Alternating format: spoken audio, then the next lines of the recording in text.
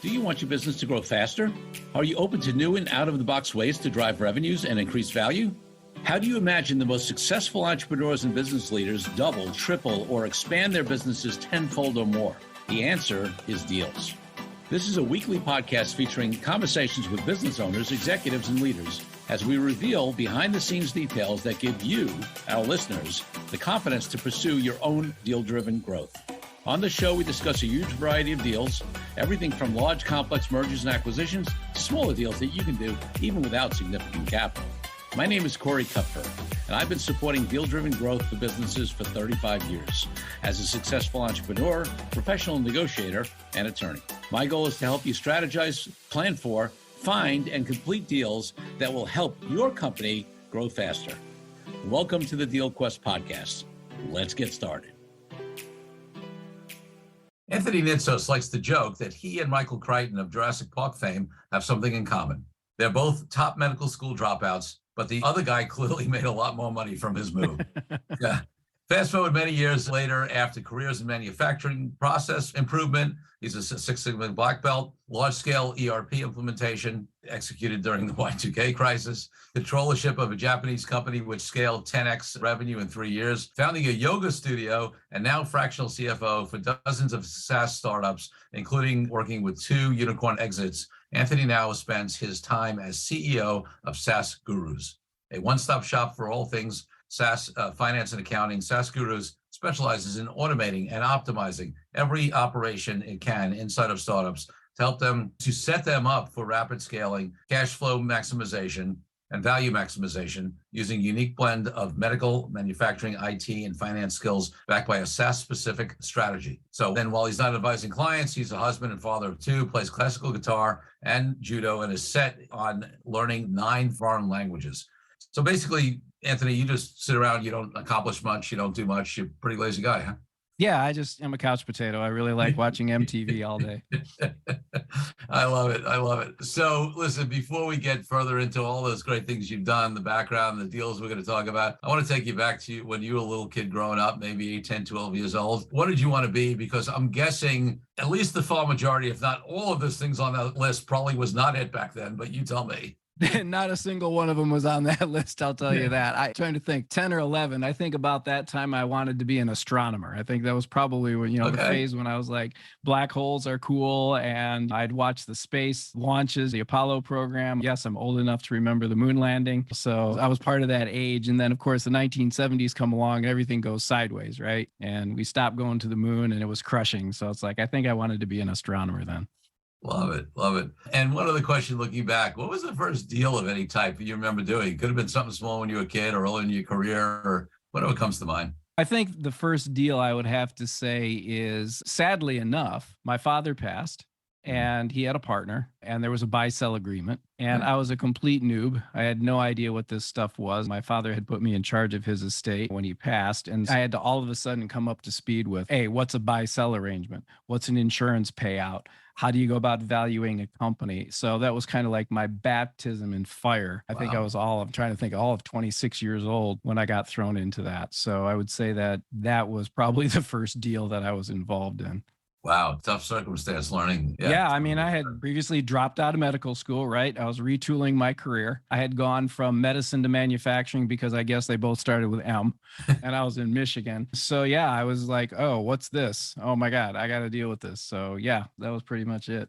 Wow. So one of your early experiences was to, I think I said 2 unicorns, but you worked at or involved with one. Talk about sort of that ride, what your role was, and I'm sure you talk unicorns, it must have raised capital, like what was the exit, all that kind of stuff.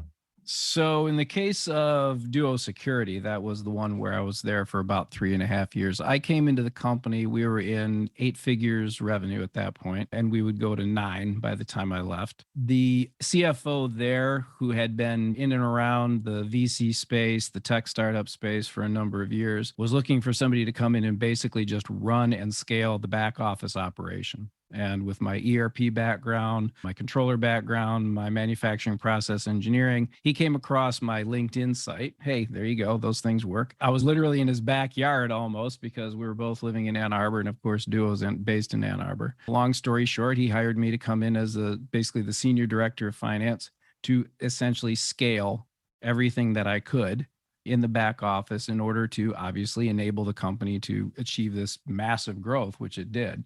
So that was really kind of the second time I'd gone through what I call a 10x scale. The first one being the Japanese company I worked for, where we 10x the revenue in 3 years. That was in manufacturing. Here I was doing it again, only now it was for software and a venture-backed company. Let's talk a little bit, because I think a lot of entrepreneurs, a lot of business owners, whatever stage they're at, that's the dream. At least they think that's the dream at some point, right? Create a unicorn and have it scale and raise venture money and whatever. But some very specific things around that journey that, one, make it not appropriate or for many companies, but also that sort of changed the dynamic. I mean, as an executive at a company like that, like, what does it mean to have that kind of financing and that kind of growth rate, and the expectations of that kind of growth rate from your investors? Well, you know how Peter Parker's uncle said, great power comes great responsibility, right? So the term I came is, with great influx of investment comes great expectations. If you get a C round or a B round, the level of what are you going to do and how fast are you going to get that ARR up, that becomes all encompassing and all consuming. In the case of Duo, I joined after the C round had been closed. This was now to the point where they had completely figured out, decoded the DNA of the sales process. So all they had to do was more money into the sales operation and the marketing operation to get more deals. To me, that's the first step of climbing Mount Everest. Is you got a company, you start it, and by happenstance, you get some contracts, right? And then you're CEO, so your lead cook and bottle washer, you're doing the sales, you're doing the operations, you're doing the finance, you're doing all this stuff. And eventually you start hiving this stuff off to other people. But ultimately, what you have to do is you have to come up with that sales playbook and that marketing playbook that says, we pour more money in here and more money comes out here in terms of deals. That's a critical stage for startups, is if you kind of happenstance along to the point where you got enough revenue coming in, but then you got to sit there and figure out, okay, how do I turn this faucet on? And that's kind of the break point. I've seen so many companies struggle on those rocks and they just crash and burn because, it's been the CEO. They're the best salesperson. They're the champion. They know how to sell it, but then they have to turn that over to somebody else. And that's a big stumbling point. That's the point where a lot of companies just break down and they cannot get through that. Duo had figured that out. And so when I came there, it was now, okay, we are now going to really launch this thing into orbit. We need somebody here to basically help build the rocket, which in the back office rocket, not the front office rocket, the back office rocket. And that's where I came in, because I had the ERP experience. I'd had the systems reengineering experience. I knew my way around finance and accounting. I'd been working for SaaS companies since 2007, so I knew what the story was. And that's where it took off. And that was an interesting journey, because this is where I came up with the term tech pile. Okay. We're all familiar with tech stack, right? You know what your tech stack is. But with these startups, what I noticed, and this was really apparent with Duo, is that, okay, we need a payroll system. Okay, let's go get one. We need an accounting system. Okay, let's go get one. We need a CRM. Okay, let's go get one. We need a CSM. Let's go get one. And what happens is everybody's doing their own thing and everybody's getting their own software. But the problem is there's nobody in the background sitting there architecting, how is this all going to fit together and work in a smooth, easily accessible manner where everything is integrated, where it's like, okay, who's got the customer list? Well, finance has got one. Okay, sales has got one. Customer success has one. Marketing has one. It's like, okay, they all don't agree. What you don't want is that tech pile, right? Which is, you got all these lumps and all these. You remember the movie WALL-E? Yeah. Remember that? Remember all the piles of garbage that he's like trying to organize? That's the image that comes to my mind when I think about a company that's made it that far. Right? Because you can make it really far without these systems working. But then you get to this point where that's holding you back. Oh, yeah. Because you just can't get the information you need, whether it's finance information, whether it's KPIs, SaaS metrics, it really doesn't matter. It's so much work to get it out that by the time you get the information out, 2 months have passed or a month have passed and it's stale information. So I come from a background where you want everything instantly coming to you. It's all in one system. And so that's where I came up with the term, this is a tech pile, right? It's it really brings two things to mind for me. Like, the image that I had was, you have an orchestra, right? And there's a reason there's a conductor, right? Without a conductor, if you had the violinist playing Brahms and the pianist playing Mozart and the horns playing Bach or whatever, right? Like, they're all good music, but it's chaos. Doesn't work together. No, it doesn't. The other thing that I thought about, Les McEwen's book, Predictable Success, where he calls that stage where you get to the point where this opportunity to scale, right? In the beginning, it's startup, you're hustling, then you get to this little stage he calls fun, where, hey, things are starting to work. People are starting to buy the product. Okay, we can deliver it. It's cool. But then you get to that next stage where there's volume before you hit what he calls predictable success, where you do need teams and systems and processes and everything to work together. He calls that stage whitewater. So that's the... I like that term. That fits. Yeah. You're going really fast and you just don't see the waterfall that's coming up. You're moving so fast. And then the next thing you know, you're over it. And it's like, uh-oh. Yep. Yeah. You're just reacting. Inevitably, these things break down when you're about to go through some deep due diligence for something. Right. Right. That's where it really, like, all of a sudden the pain really comes to the fore. It's like, if you're ever acquired by a public company, that's probably the worst due diligence you'll ever go through, because they have hordes of people who do nothing but sit there and try and find things and look for stuff. And so the lists of stuff that they give you is just like literally pages and hundreds of lines long. Even a B or a C round due diligence are pretty intense. A rounds, not so much. Seed rounds, not so much. But you start getting into the B and C range where you're talking 9 figures in some cases for the investment. Well, they don't want to just kick the tires. They want to disassemble the car and see how it's put back together and make sure that you did the job right.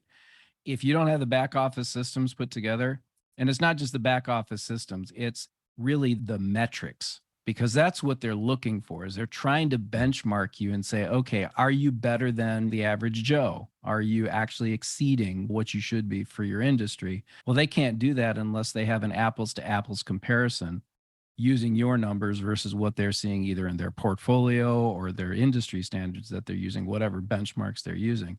And that's where the stuff usually hits the fan, right? It's like, oh, we got to produce this. Well, who's got it? Inevitably, they're going to throw it to some poor finance schmuck who's got to sit there and wade through thousands of pieces of data to try and put it together, and doesn't get to sleep for 3 weeks, and then comes out bleary-eyed with a report, and then it's wrong, right? Right. It's like, no, we got to go back and do it again.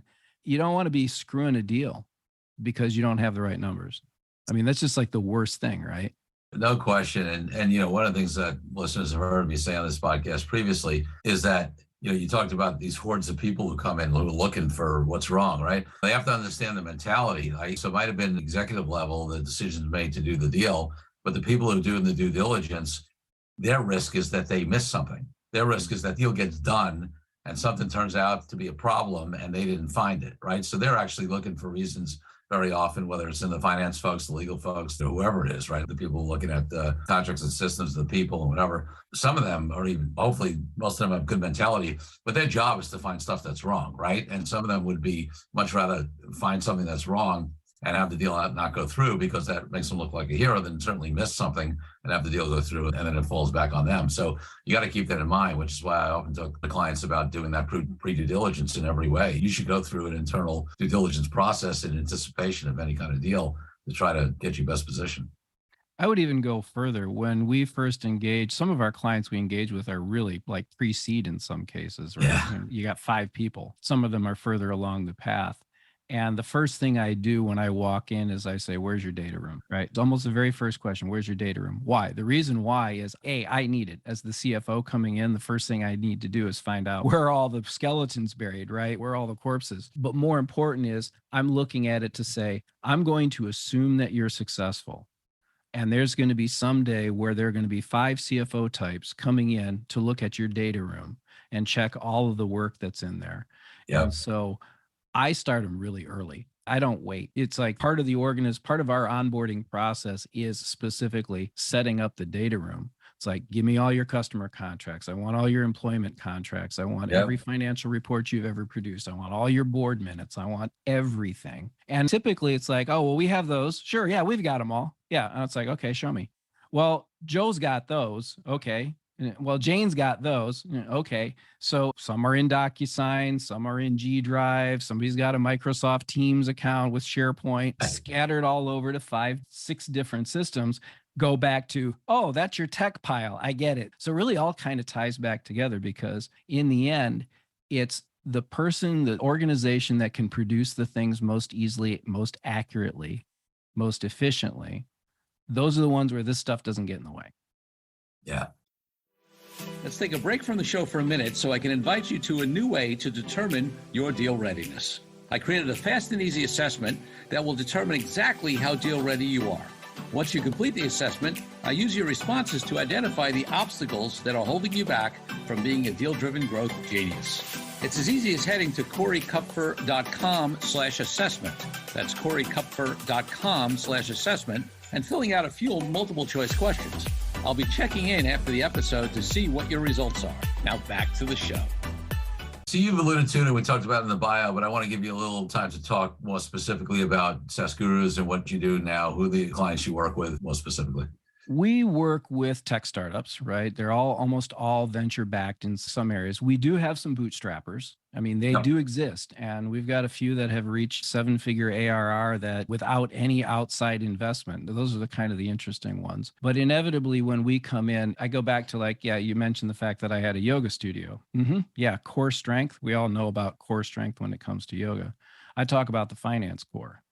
Because in the end, your finance operations, your sales operations, and your HR operations, those three pieces, if they're not synchronized and working really well, you're going to have problems. Sales operations, quote to cash.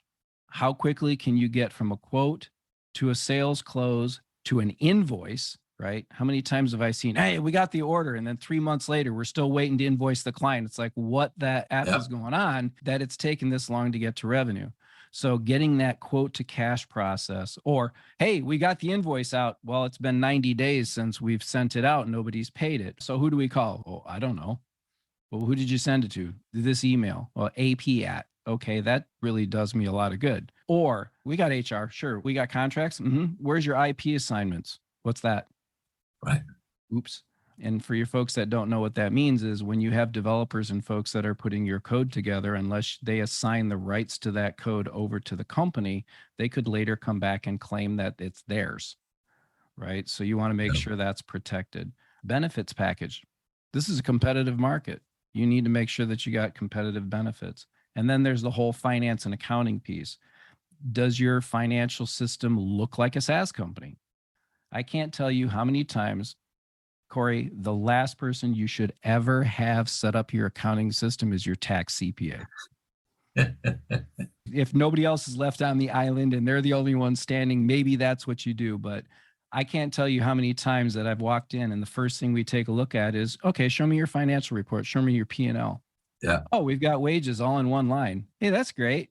What's your gross margin? Oh, we don't know. I'll tell you in SaaS, that's probably the second most important metric after growth is what's your gross margin. So when we come in, it's always a cleanup. We got to get the financial systems cleaned up so it's giving us the information we need. The next thing we do is we come in and we put in a cash forecast.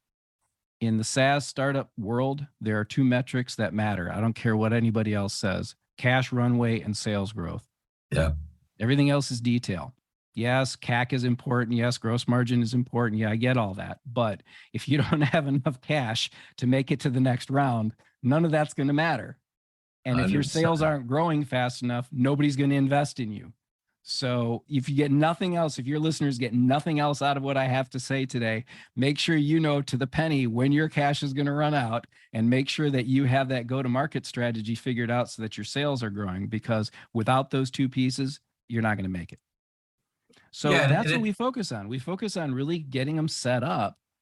All that P&L work and all that financial forecast work, the main thing that I'm getting out of it is, like I just did earlier today, sat down with a very brilliant founder who's come up with a fantastic idea. It's an AI-backed solution, and they just got a seed round, $2 million. When is it going to run out?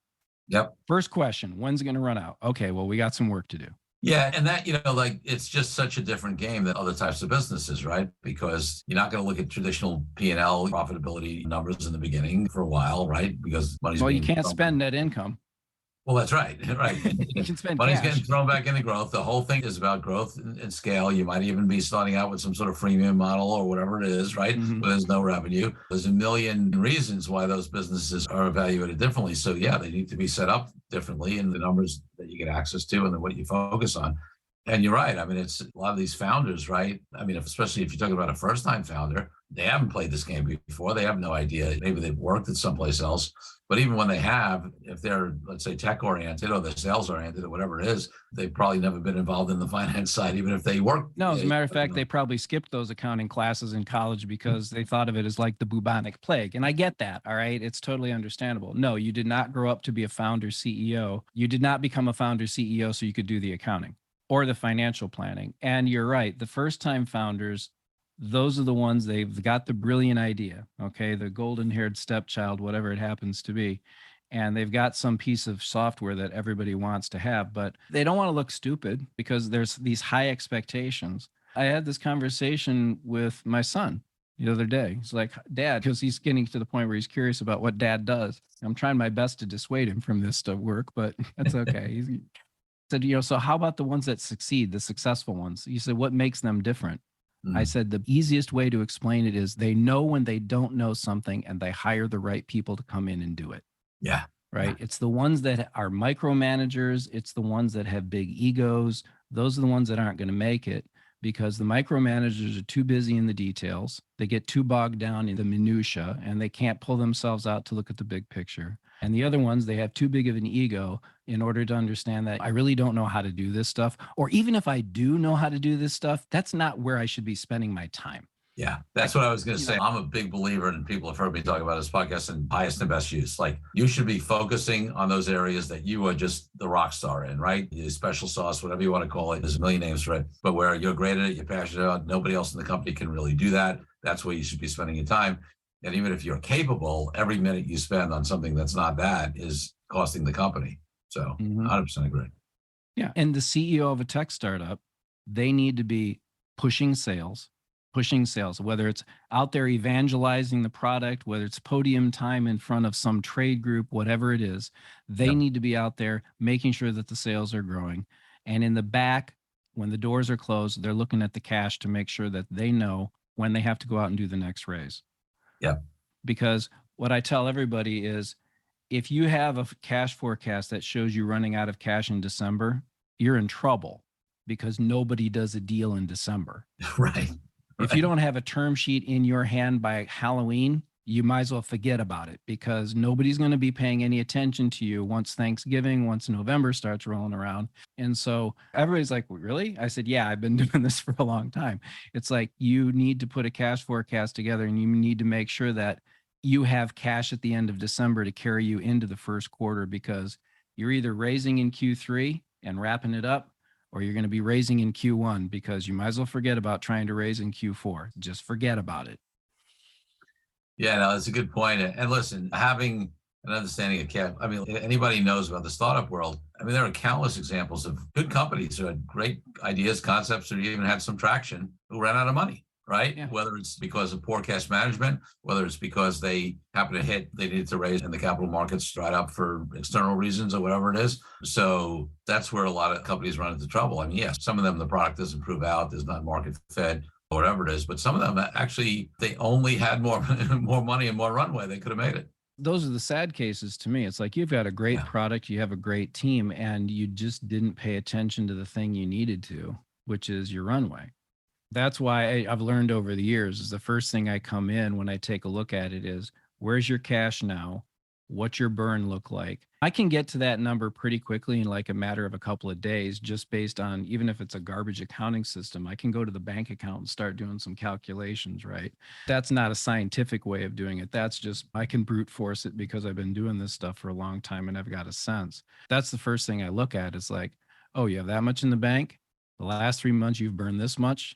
Based on what I'm seeing, you're going to run out of cash in the next 6 months. Are you in a raise motion right now? Right. And it's like, oh, yeah. Oh, all right. We've got to get to work. So what SaaS Gurus does, what we do is we go in there and we fix that finance core. That's the first thing we do. And as a part of that, there's a tremendous amount of illumination that comes out. You know, the light bulbs go off. Oh, I had no idea that was going on. What do you mean we have 5 CRMs? You know, it's like one CEO was like, what do you mean I had 5 CRMs? I said, there they are. Because I had no idea. It was a 50-person company. So it was getting to the point where he wasn't keeping track of everything. But that's just throwing money away. I mean, there's no reason for that. And then once we're there and we're working, then it's the strategy. That's the fun part for me. It's like, how do we price our contracts? Do we do implementation fees or do we go pure SaaS? In this market, how do we go about actually getting the contracts to close faster?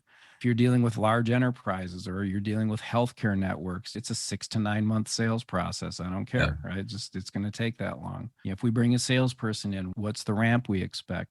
Those are the kinds of discussions that I like to get drawn into and spend my time on. And in order to get to that, we need to really automate everything up to the controller function. And that's really what it's all about for us is, and I think that's what sets us apart from some of the other firms that do this work is I come from a Japanese manufacturing background where you wanted everything as efficient as possible down to the nth degree because we're trying to squeeze every ounce of profit out that we can. Especially if it's automotive manufacturing. You want to talk about cheap? Sorry for the automotive manufacturers out there, but I know your secret. Yes, you're trying to be as cheap as possible in the back office. So you mentioned that scaling company. Yeah, the mission I was given was we had to scale the company 10x.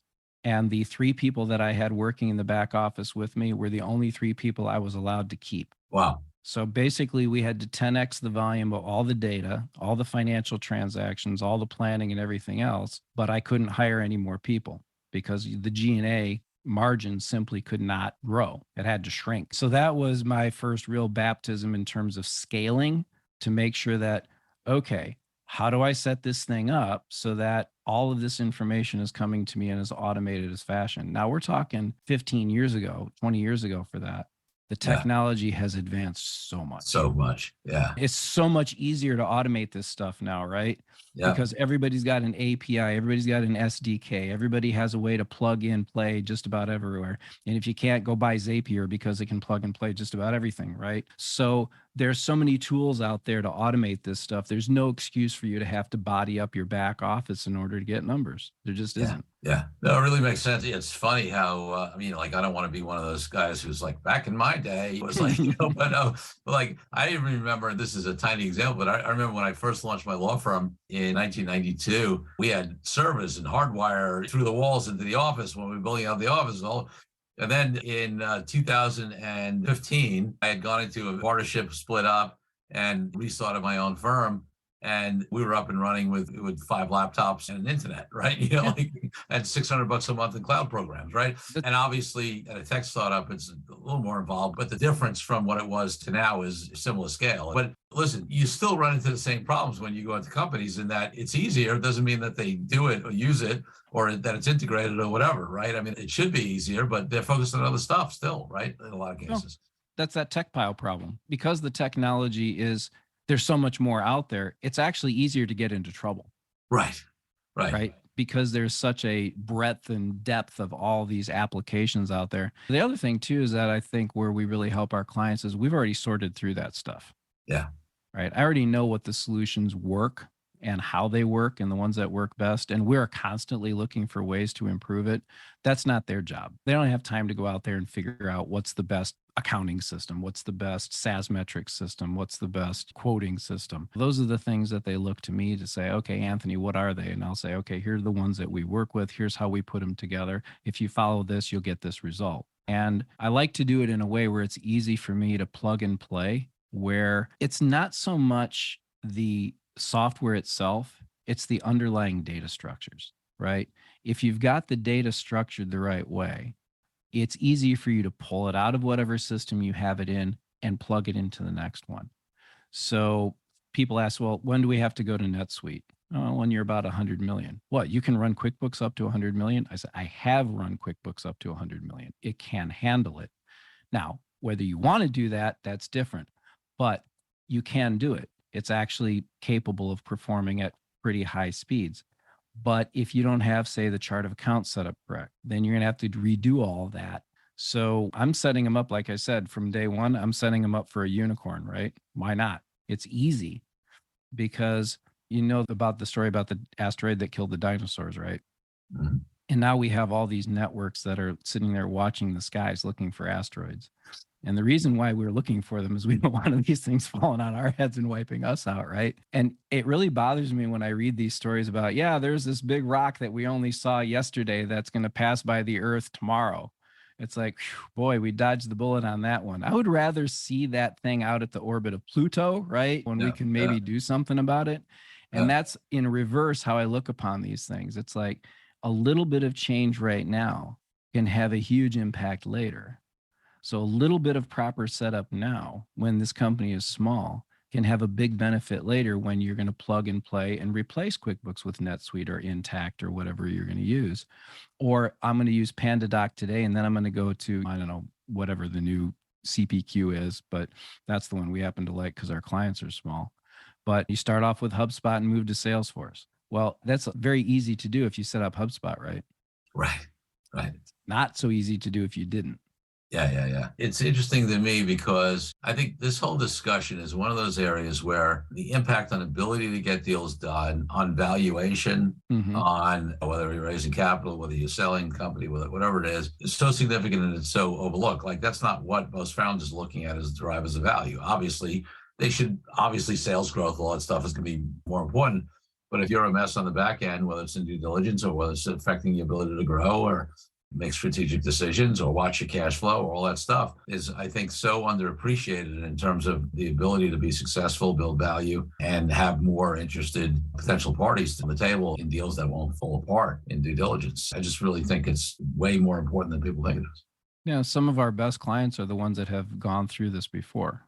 So you talk about the first time founders, they have to have the right mindset to bring in an expert to help them with this stuff. Somebody somewhere got the message through to them that, no, this stuff is important and you need it. Could be the VC that's bringing their money in to say, hey, I know you don't have a lot of experience in finance. We need you to come in, bring in a fractional CFO. Even though you're early stage, they can really help you out early. If nothing else, they can answer a lot of what you call dumb questions like, gee, how much insurance should I have? Or what kind of insurance should I have? You think about all the different things that you need to run a company. And you and I take these for granted because we live and breathe this stuff. But for somebody who's just come out of whatever, and they've got the new whiz bang idea, they may not know the first thing like, oh, I have to have unemployment insurance. Right. it's like all those little things that can come back and bite you. So there's real value to the ones that are first time founders, but the ones that have been through it once or twice before, and they know that they need this stuff. Now they're looking for the person who's got the expertise to come in and do it. Not somebody to come and invent it, but somebody who's done it before. Because I go back to this a lot. Tech startups are not the place for on the job training.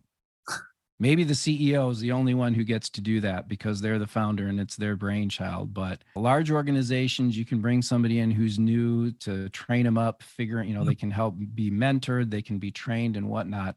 But in a tech startup, when you have a 10-person crew, a 5-person crew, a 15-person crew, 20, maybe once you start getting into 30 and 40 people, it starts to change. But below that level, you need to hire people that have done it before and know what they're doing, not hire some, hey, this guy's really sharp and he's a friend of mine and, I really want to give him a hand. That's great. I understand that. I'm human too. I have the same temptation, but in the end, you got to do what's right for the company. And what's right for the company is hiring the people that know how to do what you need them to do in order to get you to the next level. It's like Mario Brothers, right? It's like you got to get to the next level. Well, you got to beat the big boss in order to get to the next level. Well, you can't do that with noob schmuck that doesn't know what they're doing. Yeah. So do you get referred in by board members who worked with us and seen what we do? They refer us in. VCs refer us in. Other CEOs that have worked with us refer us in. We get almost all of our businesses by referral. It's folks that are familiar with what we do. I'm doing a little bit more outreach now and, actually getting like some outside marketing myself, but it's been really busy for us because it's not that big of an industry where once you get a name established, people say, oh yeah, these guys over here, they know what they're doing. Go hire them or go talk to them. And we have a pretty easy process for getting to know clients and figuring out where they go. The first thing I do when I sit down with somebody after that kind of initial discovery call, is there a good fit? So I said, look, I'm going to give you a free audit for an hour and a half. You and I are going to sit down. We're going to dive through every system that you have. I've got a whole set of questions. At the end of 90 minutes, I'm going to have a pretty clear idea of where we could go with this. And I don't charge for that because it's me getting to know them. And they get to know me in the process too, just based on the kind of questions I'm asking.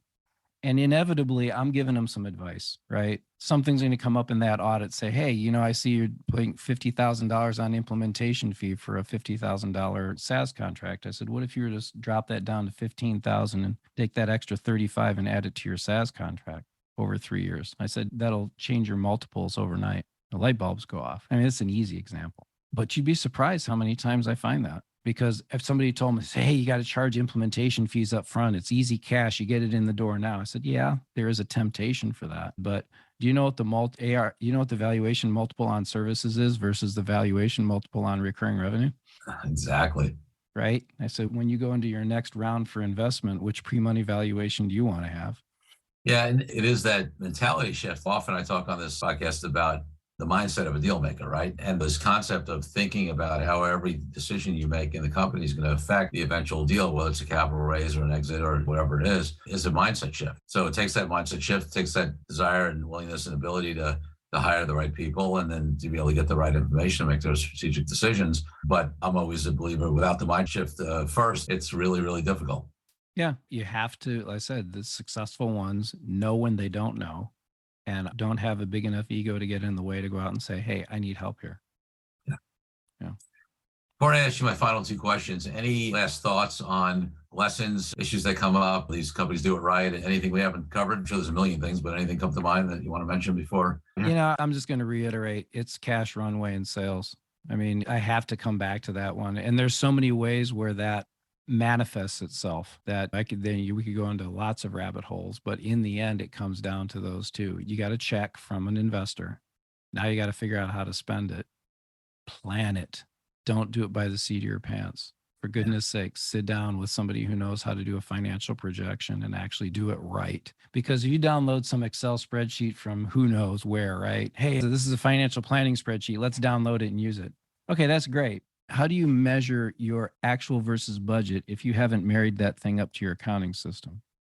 So I see, hey, we've got an accounting system over here that our tax CPA set up. And that right there tells me what I've got. And we got the spreadsheet that we downloaded from the MIT website for startups. I said, that's great, but you got apples and walnuts. Right? They're not even both fruit. Apples and walnuts, right? Unless you have those two both working together in a seamless fashion, you're not going to be able to plan. Yeah, good stuff. So, Anthony, if people want to find out more about your services, where should they go?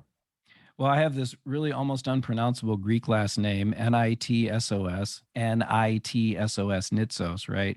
There are so few of us out there that if you just Googled my last name with Anthony in front of it, you're probably going to find me. The easiest way is SaaSgurus.io, SaaSgurus.io, SaaSgurus.io. You'll find us. Or find me on LinkedIn, Anthony Nitsos. I'm probably the only guy named Anthony Nitsos out there on LinkedIn. But those are the easiest way. And our webpage has a contact us that comes directly into my inbox. I make sure I answer those quickly because I don't want people to wait. Like, I don't want to wait, right? You send something in there, say, hey, I'm interested in your product. And 3 days later, somebody gets back to you. It's like, yeah, I already bought your competitor's product. Right. Because you're too late. And those are the easiest ways to get a hold of me. Excellent. My final question on the podcast is always about my highest value in life, which is freedom. And for me, that means everything from freedom from all people around the world, from depression to why I'm an entrepreneur and haven't had a boss in decades. What does freedom mean to you and how does it impact your life and business? Freedom to me means the ability for me to be able to do what I want without harming anybody else. And if I can, help other people get happier. Because I asked he's listening in the other room right now. I asked my son the other day, I said, how do you know if you're successful? How do you measure success? Yeah. Maybe it's a lot of money. I said, that's a measure. I said, but to me, the measure of success is, are you happy doing what you're doing? And are the people around you happy? Right? Because in the end, you can have all the money in the world. And when you die, you're not taking it with you. Yep. And if you believe we have a soul and that goes on to the next level, then it's your memories and how you treated people and how you feel about yourself. That's the only thing that you get to carry to the next level. So are you happy? Can you look yourself in the mirror and say, I did the right thing? So that's what's important. Love it. Anthony Nitsos, thank you for being such a great guest on the DealQuest podcast. Thank you, Corey. It's been a real pleasure. I appreciate it. Thank you for joining me on this episode of DealQuest, where we help you understand how deal-driven growth can be your ticket to freedom. I want to invite you to a unique way to tap into the wisdom and experience of the DealQuest community. Join the DealQuest Deal Den Zoom calls, a free monthly 90-minute mastermind. In the mastermind, we address all the challenges you may be facing and help support you with the opportunities that may arise in terms of deal-driven growth. You will get input not only from me, but all the members on the call will collaborate and serve each other in a mastermind format. To sign up for the free mastermind, go to www.corykupfer.com/dealden. That's corykupfer.com/dealden. I'll see you there. I'm Corey Kupfer. Until next week, wishing you the freedom and financial prosperity that I know your DealQuest will bring.